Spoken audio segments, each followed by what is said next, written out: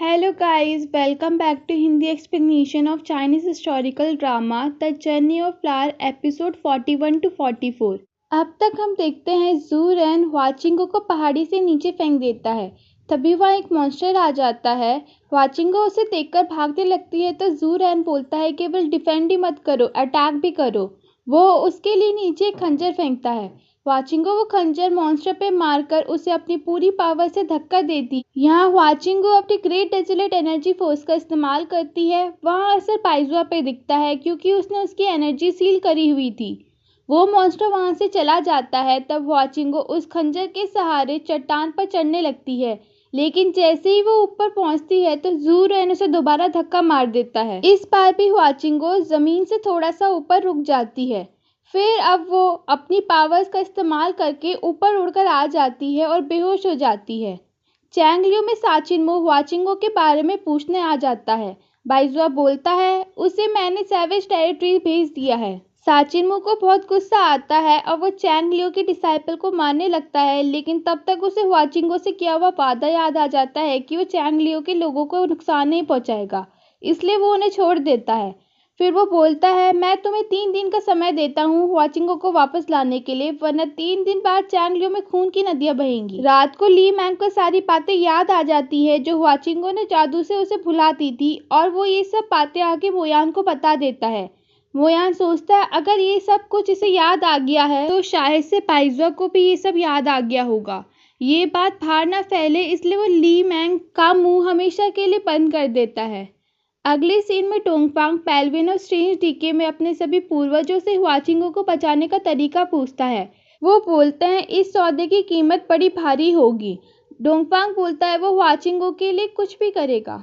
उसे हुआचिंगो को बचाने का तरीका मिल जाता है और उसकी कीमत होती है एक बदतर मौत मरना।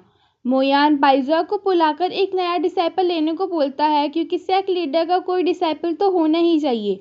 बाइजुआ बोलता है वो अपनी ज़िंदगी में केवल एक ही डिसाइपल लेगा, और अगर सेक्ट लीडर बनने की रिक्वायरमेंट डिसाइपल लेना है तो फिर मोयान को ही सेक्ट लीडर बन लेना चाहिए। 3 दिन बाद 7 मर्डर फैक्शन वाले दोबारा चैंगलियो आ जाते हैं। साचिबो बाइजुआ को बुलाने को बोलता है। मोयान बोलता है एक लड़की के लिए तुम इतना सब कुछ कुर्बान करने को क्यों तैयार हो। वो बोलता है अगर मैं अपने खास लोगों को भी प्रोटेक्ट नहीं कर सका तो होली रूलर होने का क्या फ़ायदा। मोयान बोलता है हुआचिंगो की सारी पावर्स खत्म हो गई थी, तुम्हें क्या लगता है वो अब तक सैवेज टेरिटरी में जिंदा होगी। साचिनमो बोलता है मुझे फ़र्क नहीं पड़ता, अगर वो जिंदा है तो मुझे उसे देखना है, और अगर मर गई है तो मुझे उसकी डेड बॉडी देखनी है। अगर वो सच में मर गई होगी तो मैं तुम्हारे चैंगलियो के 8000 डिसाइपल को उसके साथ दफनाऊंगा। फिर वो चैंगलियो के डिसाइपल को मारने लगता है। तभी वहाँ बाइजुआ आ जाता है और बोलता है मैं तुम्हें चैंगलियो को नुकसान नहीं पहुंचाने दूंगा। उन दोनों के बीच में फाइट शुरू हो जाती है, लेकिन बाइजुआ के कमज़ोर होने की वजह से वो हारने लगता है। साचिनमो बोलता है मैं किसी की मजबूरी का फ़ायदा नहीं उठाऊंगा, इसलिए मैं तुम्हें आज तो नहीं मारूंगा, लेकिन हुआचिंगो के शरीर में 102 तलवारें घुसाने का बदला ज़रूर लूंगा। वो हमला करने लगता है, लेकिन तब तक डोंगफंग वहाँ आके उसे रोक देता है और बोलता है बाइजुआ के लिए मेरी नफरत तुमसे ज़्यादा गहरी है, लेकिन अगर तुमने इसे कोई नुकसान पहुंचाया तो हुआचिंगो तुम्हें कभी माफ़ नहीं करेगी। साचिनमो बाइजुआ से बोलता है दुनिया मुझे सबसे ज्यादा क्रूर समझती है, लेकिन असल में वो तुम हो। उसे इतना तड़पाने की क्या जरूरत थी, एक ही बार में मारा क्यों नहीं। बाइजुआ बोलता है वो मेरी डिसाइपल है, उसकी जिंदगी और मौत का फैसला केवल मैं करूंगा, उसका वहीं रहना सबसे ज्यादा सेफ है, मैं तुम्हें उसे बचाने नहीं दूंगा। डोंगफांग कहता है उसने हुआचिंगो को बचाने का तरीका ढूंढ लिया है और उसके लिए उसे होली रूलर की मदद चाहिए। साचिनमो कहता है मैं उसे ज़रूर बचाऊंगा और फिर कभी तुम्हारे पास नहीं लौटने दूंगा, फिर चाहे मुझे उसकी यादें मिटानी पड़े या ज़बरदस्ती उसे कैद करना पड़े।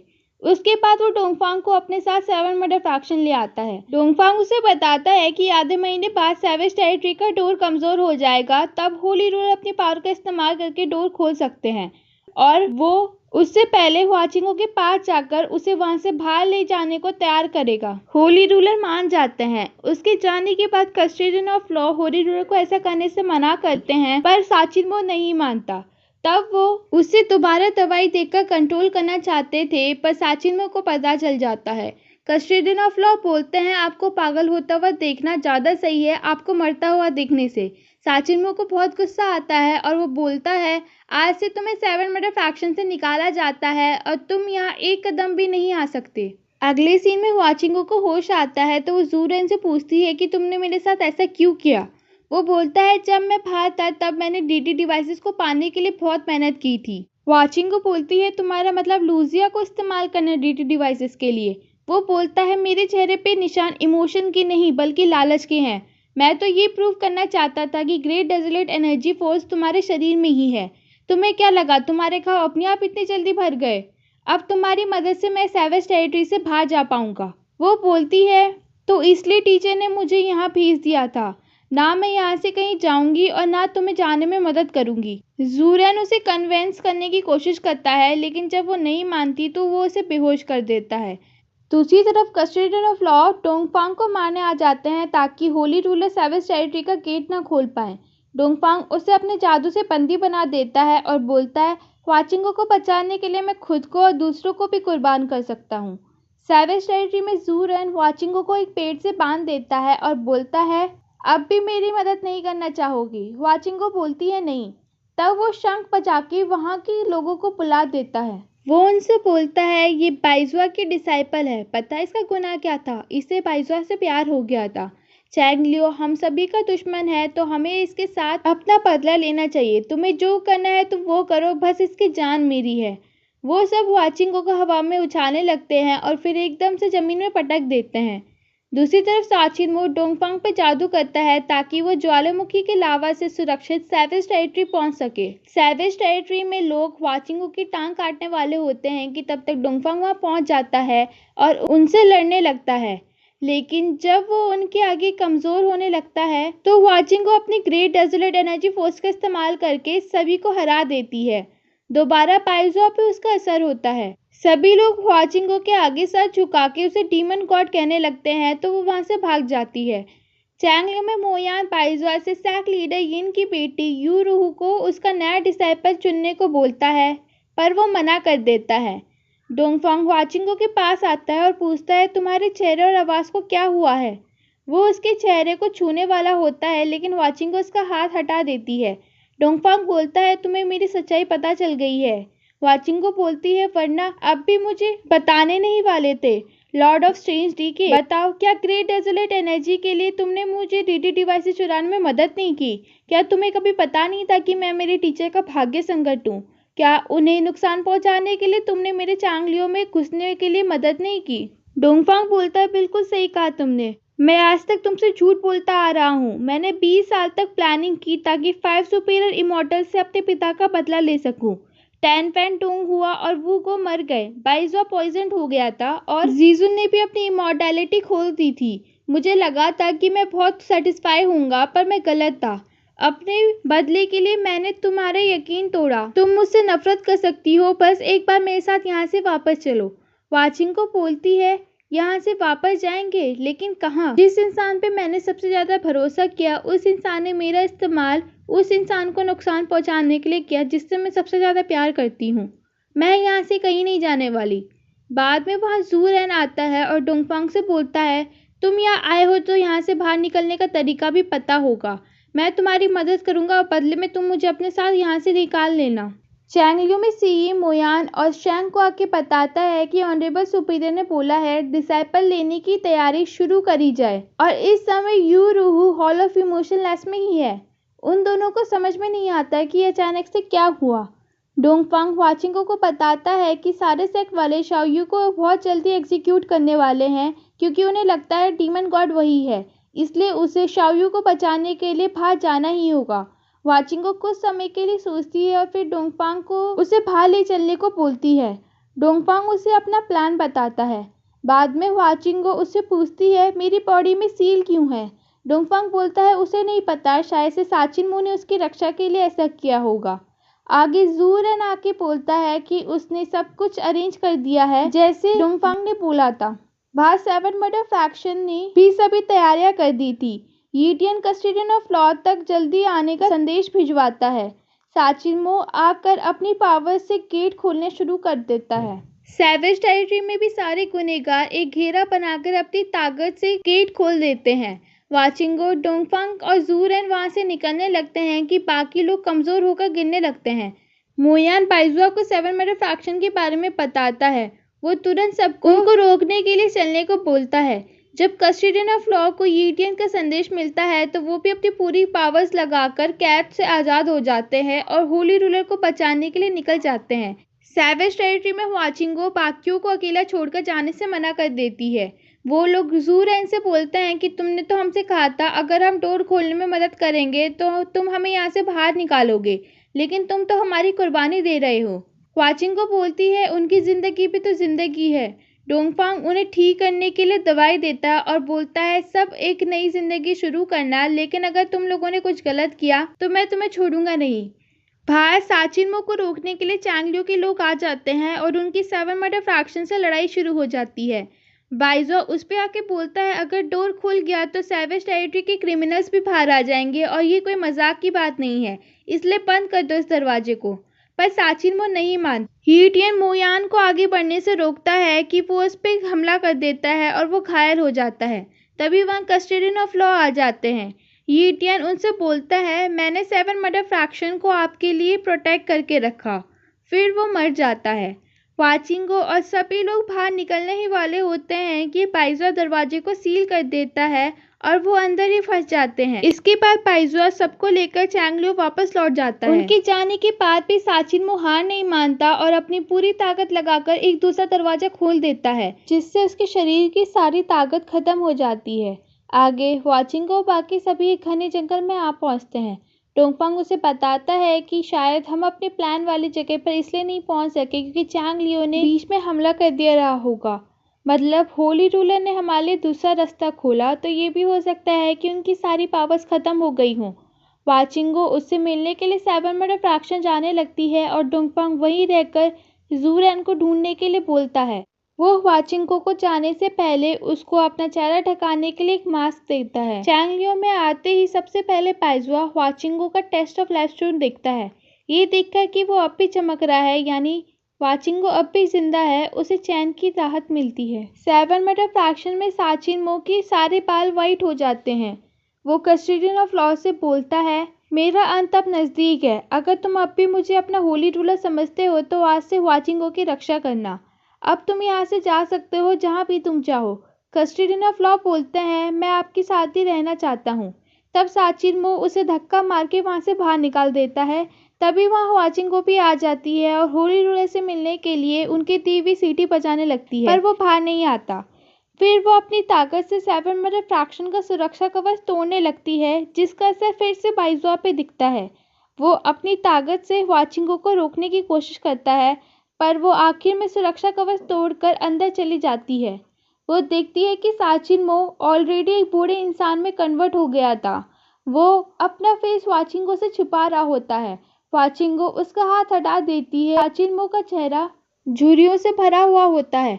वो वाचिंगो से पूछता है तुम्हें भी लगता है कि मैं बदसूरत हूँ? वो बोलती है अगर मैं बोलूँ कि मैं इस दुनिया की सबसे बदसूरत लड़की हूँ तो क्या आप मुझसे प्यार करना छोड़ दोगे? वो अपने चेहरे का मास्क उतारती है। साचिनमो बोलता है बिल्कुल नहीं। वाचिंगो बोलती है वैसे भी मेरी नज़रों में आप अब भी दुनिया के सबसे खूबसूरत इंसान हो।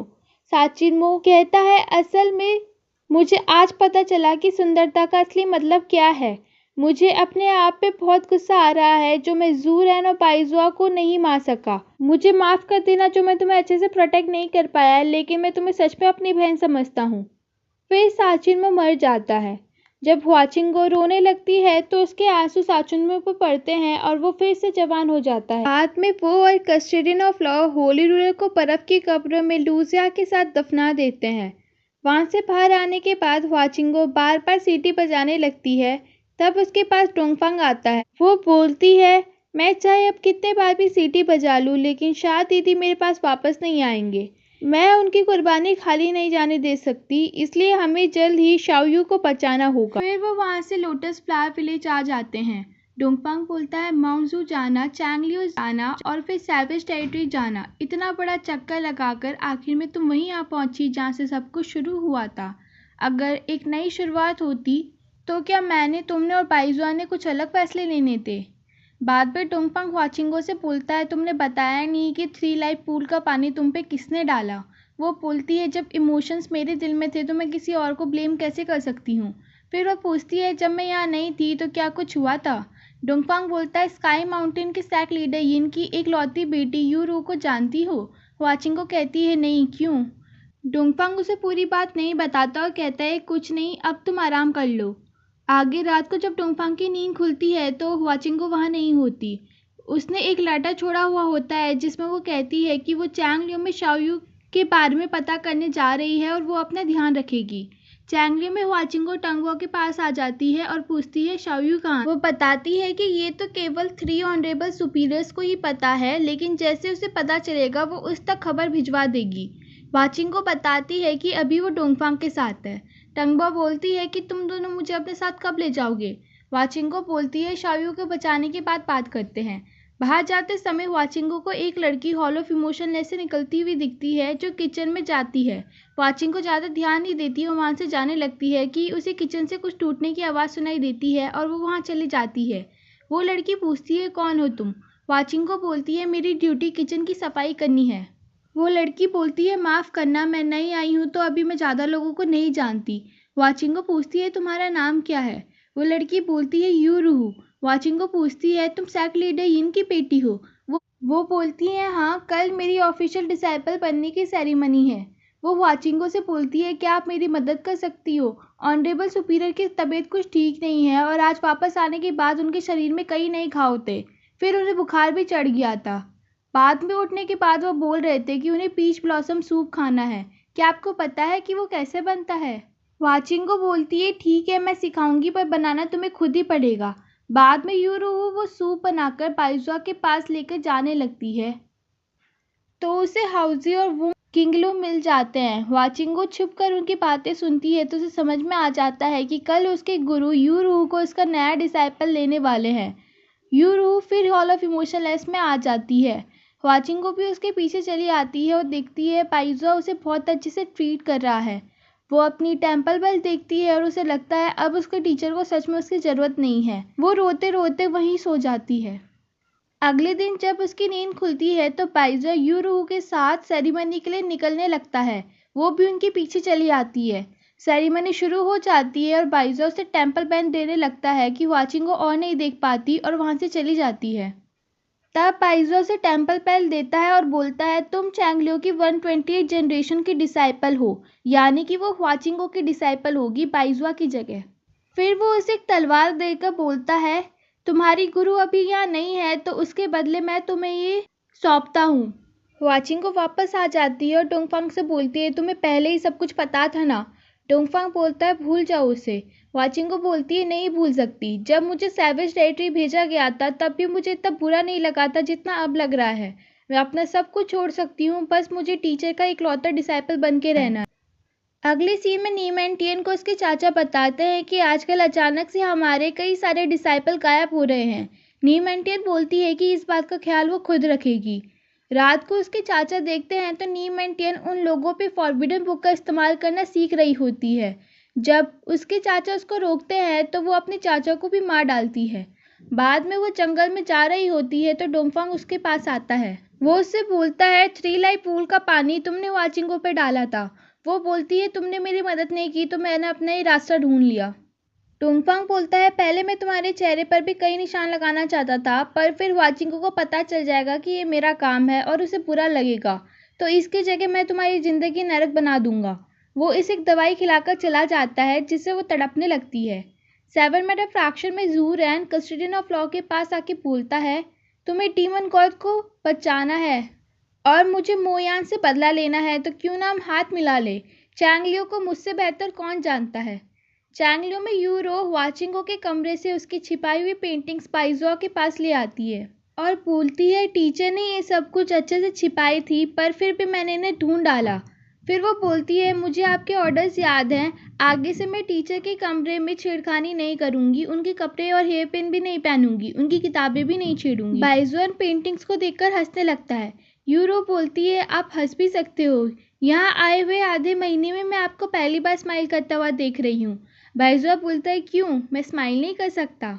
फिर वो बोलता है अब तुम जाके मार्शल आर्ट की प्रैक्टिस करो, अगर एक दिन तुम्हारी गुरु वापस आएगी और तुम्हें मेहनत करता हुआ देखेगी तो खुश हो जाएगी। बाद में वो सोचता है लिटिल बोन्स, ये बच्ची बिल्कुल तुम्हारी तरह है, पता नहीं तुम्हें पसंद आएगी या नहीं।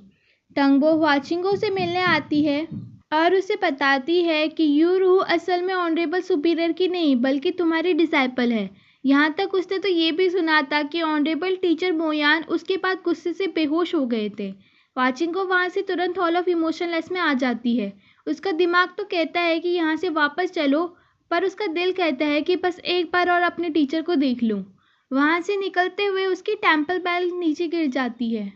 दूसरी तरफ नी मैंटियन मोयान को आके बता देती है कि हुआचिंगो सैवेज टेरिटरी से निकल चुकी है। बाइजू अपने फूलों को पानी दे रहा होता है और हुआचिंगो से छिपकर देख रही होती है कि यूरू बाइजुआ के पास आकर उसे टेम्पल बेल दिखाती है। वो समझ जाता है कि हुआचिंगो वापस आ चुकी है, तभी वो उसे वहाँ से भागता हुआ दिखता है और उसे रोक देता है। हुआचिंगो बोलती है आपने मुझे प्रॉमिस किया था, फिर भी आप लोग शायू को क्यों एग्जीक्यूट कर रहे हो? कुछ भी हो, मैं उसे जरूर बचा के रहूंगी। बाइजुआ उसे रोकने के लिए हमला करता है, लेकिन जैसे ही हुआचिंगो पलटकर हमला करती है तो वो गिर पड़ता है। हुआचिंगो उसे कमरे के अंदर लेकर आती है और अपने पावर्स ट्रांसफर करने लगती है, लेकिन वो अपने शरीर में पावर्स लेता ही नहीं है। तभी वह मोयान आ जाता है और उस पर हमला करने लगता है। दोबारा जब हुआचिंगो उसे रोकने के लिए अपनी पावर्स का इस्तेमाल करने लगती है तो उसका असर बाइजुआ पर दिखता है। वो समझ जाती है कि उसकी पावर्स उसके टीचर ने ही सील की हुई है और वो रुक जाती है। मोयान उस पे हमला करके उसे बेहोश कर देता है कि तभी जीजुन वहां आकर उसे बचाकर अपने साथ ले जाती है। और यहीं पे एपिसोड 41 to 44 की कहानी खत्म हो जाती है।